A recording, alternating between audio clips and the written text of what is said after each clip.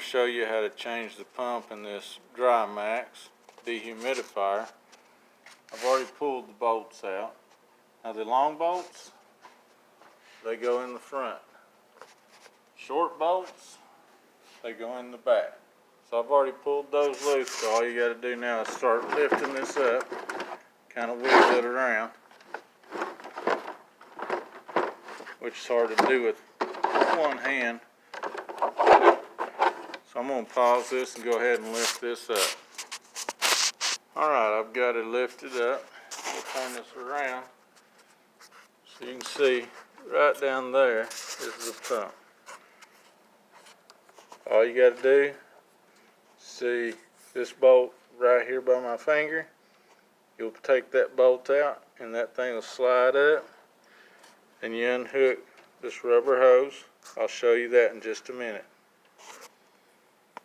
Alright, so I've got that screw out and there's a metal flap that lays right on top of that pump. I've got a hold of it. See it.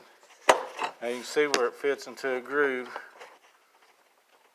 right there. You got to lift that metal flap up and get it to come out of that groove.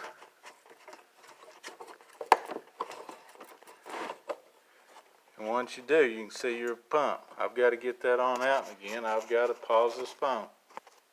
Okay, I've got the flap out now, and you can see the pump is movable. Next step, we're going to unhook your wiring harness. Of course, you can see the clips are easy to move, so we'll unhook it next. Alright, as you can see, we've got the wiring harness unhooked, so now your pump is completely free to be able to pull it out. A lot of this is really fun one-handed. I'm going to go ahead and pull this out and then I'll video it again. Alright, I've got it pulled out, as you can see. This hose is just slid on. So you've got to pull that hose off the old pump to replace it. And as you can see, I've got her disconnected. So you just repeat the whole process backwards to get your pump back in.